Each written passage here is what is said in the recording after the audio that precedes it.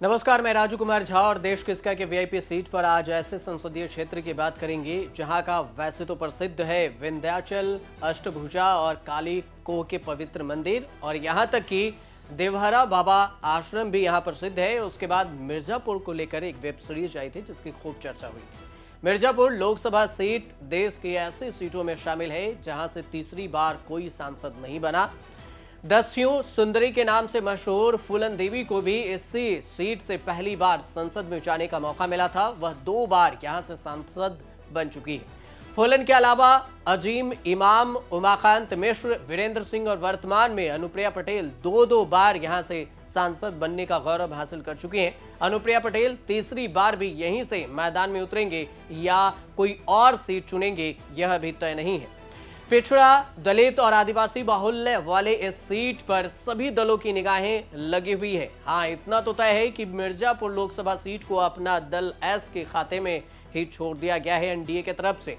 Anupriya Patel NDA की सहयोगी दल है। ऐसे में इस सीट के बारे में बताने से पहले सुनिए कि यहाँ के स्थानीय जानकारों का क्या कहना है। उसके बाद आपको इस सीट का पूरा समीकरण बताएंगे। वर्तमान समय में जो जातीय समीकरण में तो कुछ भी कहा जाए, लेकिन जो चुनाव लड़े जाएंगे वो तो जातीय समीकरण पर ही लड़े जाएंगे। और यहाँ जो समीकरण है वो तो मुझे अपना दल प्रत्याशी के पक्ष में ही लगता है।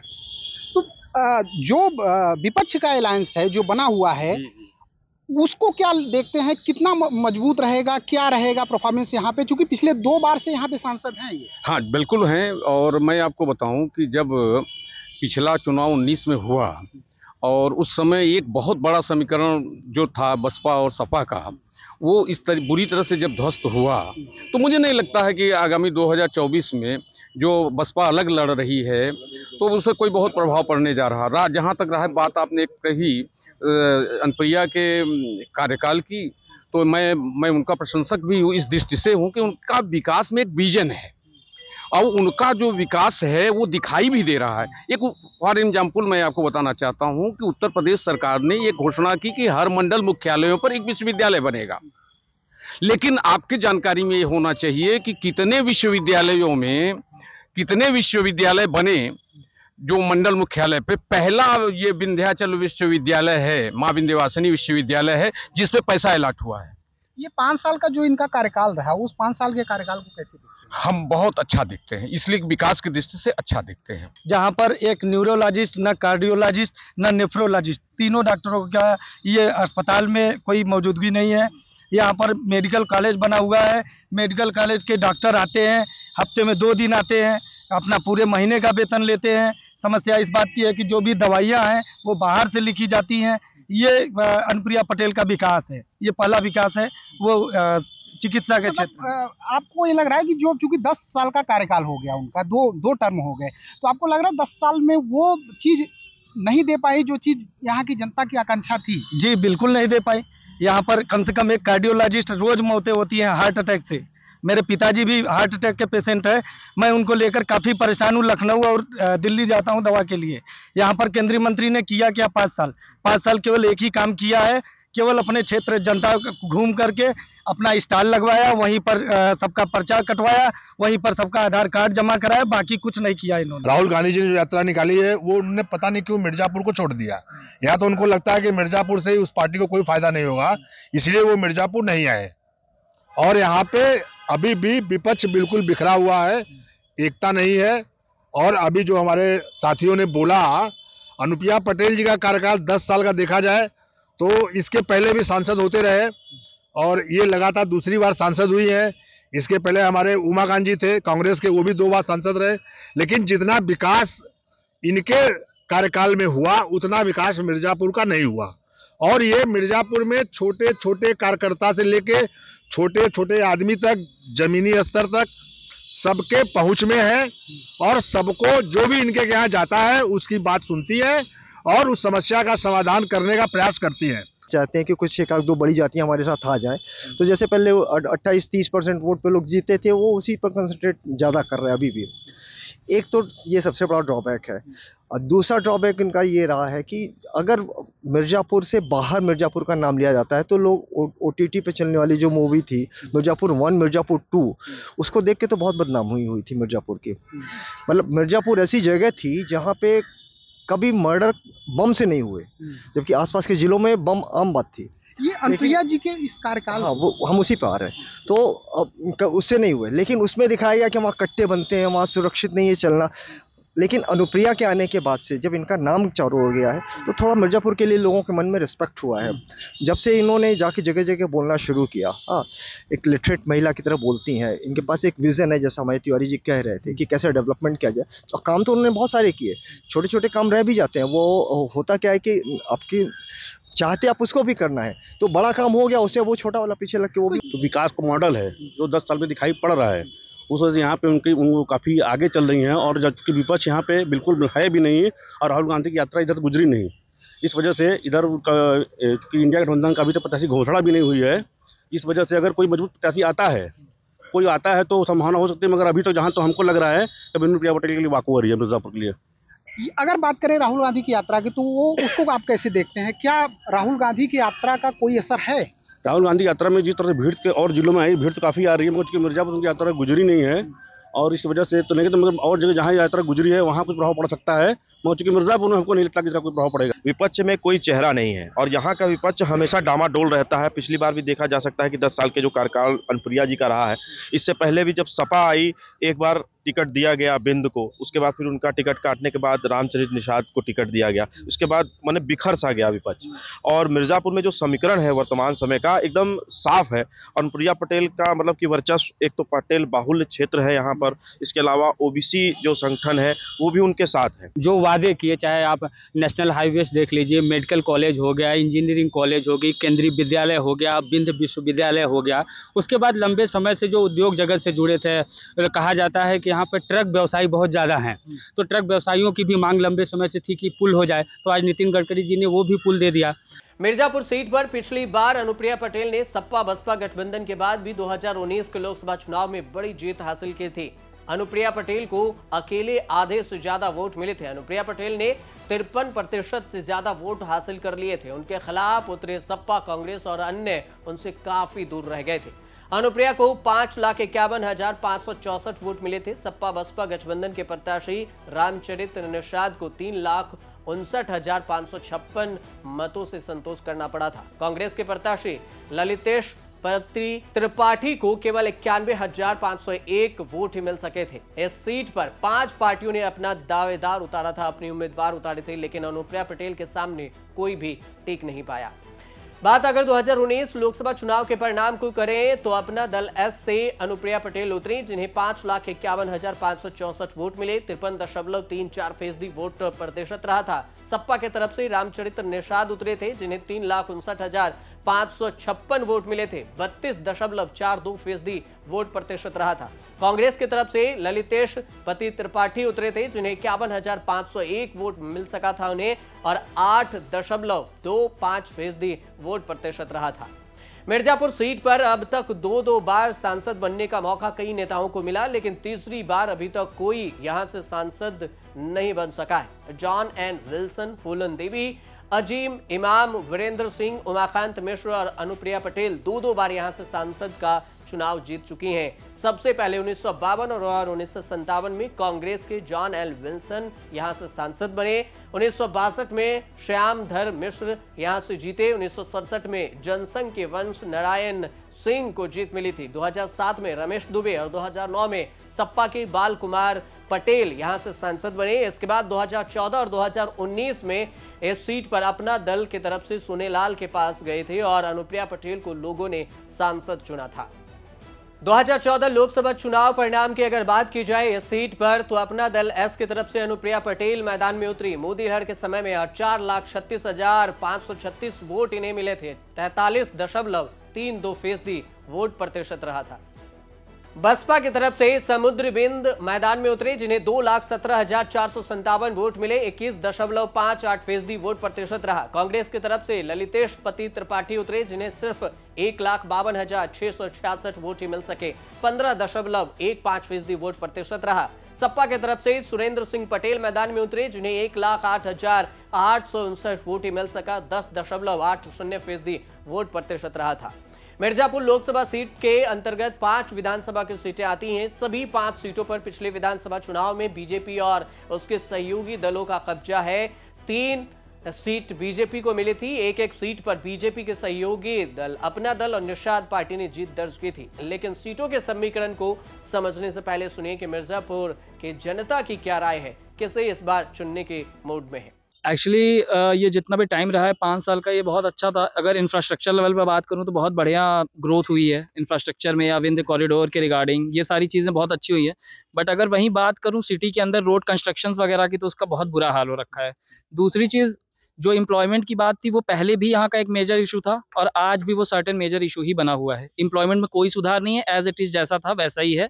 बट हाँ, अगर इंफ्रास्ट्रक्चर की बात करूँ और बाकी बात करूं एडमिनिस्ट्रेशन की, तो वो बहुत सुधार हो गया है, काफी अच्छा हो गया। अगर हम बात करें कि जो पहले के मुद्दे रहे हैं, जो कि पहले यहाँ पे कहा जाता था कि विकास कार्य नहीं होता है, कुछ बदलाव उसमें आपको दिख रहा है विकास कार्य में? या देखिए, डेवलपमेंट का ये सीन रहता है कि अगर कोई भी गवर्नमेंट रहती है तो कुछ ना कुछ डेवलपमेंट सारी गवर्नमेंट्स करती हैं। ऐसा नहीं है कि अगर एक साइड देखेंगे तो दोनों पैरेलल चलती है, ये है थोड़ा कम थोड़ा ज़्यादा। But on the other and अगर बात करूँ, वही बात है, इंफ्रास्ट्रक्चर लेवल पे तो बहुत अच्छा काम हुआ है। जैसा कि ये घाट वगैरह आप देख रहे हैं, काफ़ी चीज़ें डेवलप हुई हैं। बट मेजर कंसर्न वही है, एम्प्लॉयमेंट। आज भी यहाँ के लोग बाहर जा रहे हैं दौड़ दौड़ के काम करने के लिए, तो वो अभी तक नहीं सुधार हुआ है। तो क्या उस पे कोई काम नहीं हो पाया? ये चूंकि 10 साल कार्यकाल हो गया है। एक्चुअली उस पे क्या बताया जाए, ऊपर से मे भी हायरार्की अच्छी चल रही हो, नीचे जो डिस्ट्रीब्यूशन है वो नहीं सही हो रहा है। ये हो सकता है, पॉसिबल ऑफ चांसेस। चुनाव लड़ना चाहिए अनुप्रिया को यहाँ से? हाँ, चुनाव लड़ना चाहिए। अभी तक तो और किसी पार्टी ने अपना कंटेस्टेंट रिलीव किया नहीं है, कि बताया नहीं है कि कौन लड़ेगा यहाँ से। तो अभी तक तो जो एक अच्छा चेहरा है वो अनुप्रिया पटेल जी का ही है यहाँ पे। अनुप्रिया जी का कार्यकाल तो अच्छा रहा है, और ये क्या कहते हैं कि आपके कॉरिडोर और जो बने हैं, आप अभी देख सकते हैं कि डेवलपमेंट में मिर्जापुर का रेलवे स्टेशन हुआ है और भी कई चीज़ें। इस समय शासन के द्वारा बच्चों को मोबाइल फ़ोन बांटा जा रहा है, जो कि स्मार्टफोन की तरफ दिया जा रहा है। तो टेक्नोलॉजी का कहीं ना कहीं तरक्की किया जा रहा है। तो इसमें सरकार, जिसे कहते हैं कि डबल इंजन सरकार की स्लोगन है, तो मिर्जापुर के लिए ट्रिपल इंजन है। तो अच्छा है, बेहतर है। क्या अनुप्रिया को यहाँ से चुनाव लड़ना चाहिए? जी बिल्कुल। अगर बीजेपी कांग्रेस की तुलना करें फिर तब भी अनुप्रिया ही ठीक है यहाँ के लिए, मिर्जापुर के लिए। क्यों अनुप्रिया ठीक है? मतलब क्या मजबूरी हो गई क्या मिर्जापुर की? कोई मजबूरी नहीं है, वो चेहरा होना चाहिए। अभी तक इसके पीछे जो भी रिकॉर्ड रहे हैं वो उनसे ये बेहतर है, इनसे बेहतर अभी कोई चेहरा नहीं आया है। हमारे हिसाब से बीजेपी बेटर कर रही है। क्यों बीजेपी बेटर कर रही है? अब खुल के बता दो। बीजेपी लोगों को समझ रही है कि लोगों क्या चाहते हैं। जैसे कि जनता क्या चाहती है कि राम मंदिर चाहती है तो राम मंदिर बनवाती है, और अभी बहुत सारी ऐसी चीजें हैं जो कि जनता को समझ पा रही हो, और जो अनाज देने का काम है वो भी दे रही है। तो मतलब मोदी जी समझ रहे हैं कि हाँ, जनता क्या चाहिए वो मिल जा रहा है। हाँ, जनता को समझ पा रहे हो। और जो कांग्रेस क्यों नहीं समझ पा रही है? राहुल जी घूम तो रहे हैं। हाँ, राहुल जी जो काम कर रहे हैं वो थोड़ा सा पढ़ाई लेवल के थोड़ा सा ऊपर काम कर रहे हैं, जिसकी जो मैक्सिमम जनता है जो कि कम पढ़ी लिखी है थोड़ा, जिसकी वजह से वो उस कनेक्ट नहीं हो पा रही है। मतलब वो ज्यादा पढ़े लिखे हैं और वो जो बोल रहे हैं वो कम पढ़ी लिखी जनता नहीं समझ, मतलब यही आप कहना? हाँ, वो ये देखो, हिंदुत्व को लेकर चलता है जो कि बीजेपी हो गया, और कुछ कांग्रेस जो है थोड़ा सा ऊपर अपर लेवल जाती है, जो कि वो जात पात को हटा देती है वहाँ पर, और लोगों को एकदम नॉर्मल तरीके से, चाहे कोई भी बिरादर हो या तो कोई भी ST कोई भी हो, सबको सामान देखती है, जिसकी वजह से किसी को कंपेयर नहीं करती हो, और लोग को समझ नहीं मतलब लोग उसको समझ नहीं पा रहे हैं कि वो क्या करना चाहती है। मतलब कांग्रेस की नीति क्या है, ये लोग कनेक्ट नहीं कर पा रहे हैं उससे। कनेक्ट नहीं कर पा रहे। बीजेपी से कनेक्ट हो रहा है। हाँ, लोग आसानी से नहीं कर पा रहे, क्योंकि अधिकतर औरतें जो है वो लगभग बीजेपी से ज्यादा सपोर्ट दिखाते हैं और आदमी की तुलना में।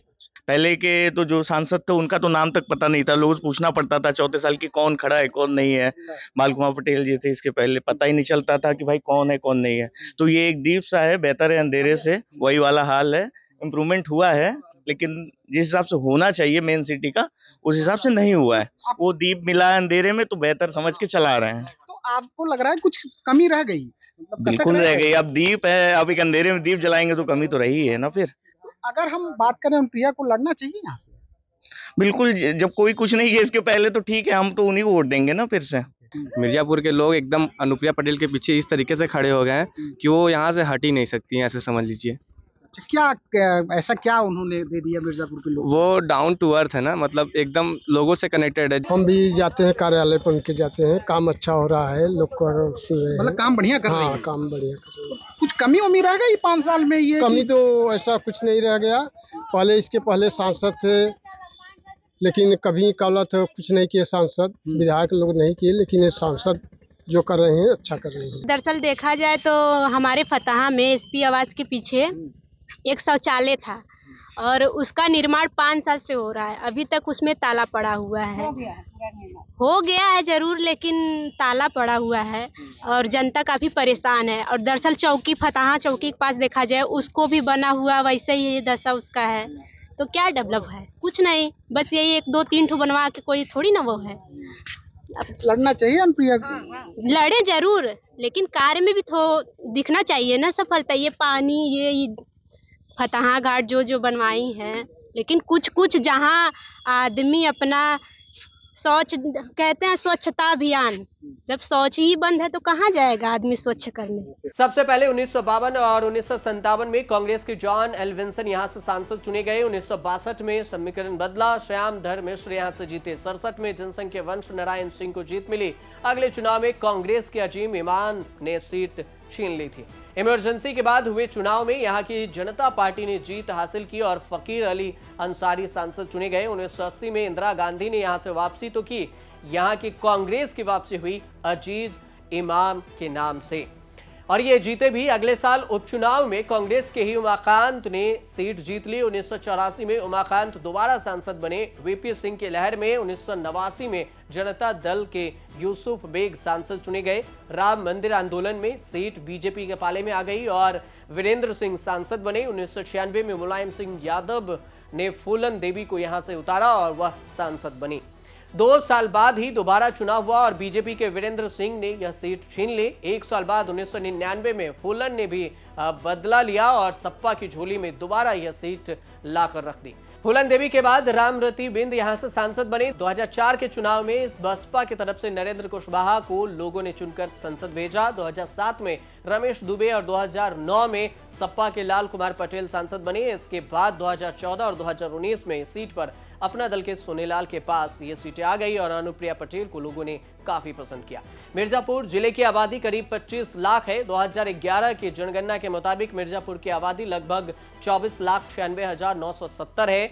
अगर जातीय समीकरण की बात की जाए तो यहाँ पर 57.22% साक्षरता है। ग्रामीण वोटर 15,59,727 है, 85.2% है और शहरी वोटर 2,72,675 है, 14.8% इनका वोट प्रतिशत है। 2019 में कुल वोटर 18,42,402 बताया गया था।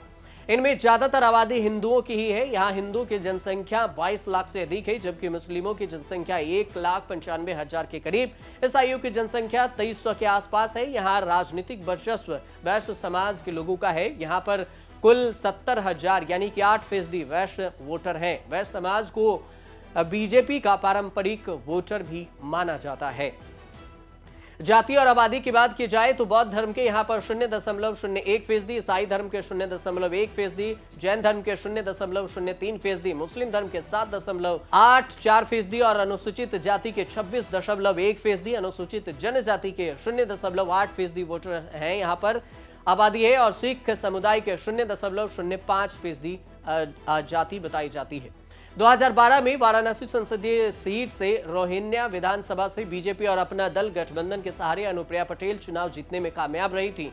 2014 के चुनाव में प्रधानमंत्री नरेंद्र मोदी ने वाराणसी से चुनाव लड़ने का ऐलान किया। इस चुनाव में अपना दल ने उत्तर प्रदेश के प्रतापगढ़ और मिर्जापुर की सीट मांग ली थी। बीजेपी किसी भी कीमत पर मिर्जापुर सीट देने के लिए राजी नहीं थी अपना दल को, लेकिन जब रोहिण्या विधानसभा की तरफ से रोहिण्या विधायक अनुप्रिया पटेल ने बयान जारी कर दिया कि अगर उसे समझौता के तहत मिर्जापुर सीट नहीं दी गई तो वह प्रधानमंत्री के खिलाफ चुनाव मैदान में उतरेंगे, तो अपना दल के इस बयान के बाद बीजेपी सत्ते में आ गई और कुर्मी मतों का कहीं वोट छिटक न जाए, इस डर से बीजेपी के शीर्ष नेताओं की सहमति के बाद अपना दल को यह सीट दे दिया गया था। 2014 के चुनाव में अनुप्रिया पटेल बीजेपी अपना दल के गठबंधन से चुनाव लड़ी और वह चुनाव जीतने में कामयाब भी रही।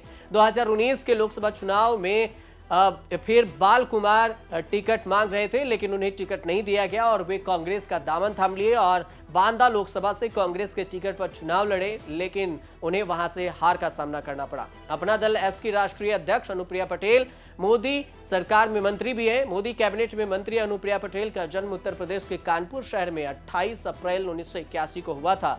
अनुप्रिया पटेल के पिता का नाम सोनेलाल पटेल है। सोनेलाल पटेल यूपी में अपना दल राजनीति पार्टी के संस्थापक भी थे। अनुप्रिया पटेल ने मनोविज्ञान में एमए किया है और एमबीए की डिग्री भी हासिल की है। उनकी 3 बहनें हैं।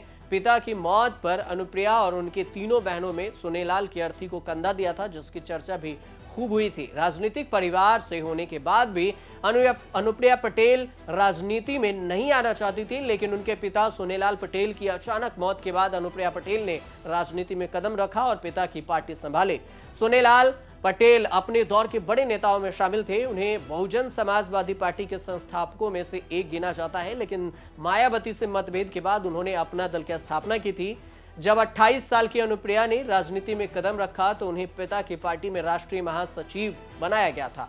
उन दिनों अनुप्रिया की मां कृष्णा पटेल पार्टी की कमान संभाल रही थी, लेकिन आगे चलकर परिवार में तनाव हो गया और पार्टी 2 हिस्सों में बंट गया। अनुप्रिया पटेल ने अपना दल एस बना लिया। साल 2018 में वह इस पार्टी के अध्यक्ष बनी। दोनों बहनों का टकराव भी खुलकर सामने आते रहते हैं और पल्लवी पटेल कई बार मंच से अनुप्रिया पटेल पर निशाना भी साधती रही। इस विवाद के चलते कृष्णा सिंह ने भी अब अपना दल कमेरावादी नाम से अपनी पार्टी बना ली और उसमें अनुप्रिया पटेल की बहन पल्लवी पटेल शामिल है। अब आगामी 2024 लोकसभा चुनाव को लेकर यहां पक्ष और विपक्ष की गोलमंदी भी तेज हो गई है और सस्पेंस भी बरकरार है। मिर्जापुर संसदीय क्षेत्र को लेकर राजनीतिक दलों में सरगर्मी तेज है कि यहां से एनडीए की तरफ से अनुप्रिया पटेल के खाते में मिर्जापुर सीट हो गई है, लेकिन विपक्ष की तरफ से कौन उतरता है, ये देखने वाली बात होगी। आप देखते रहिए न्यूज़ तक।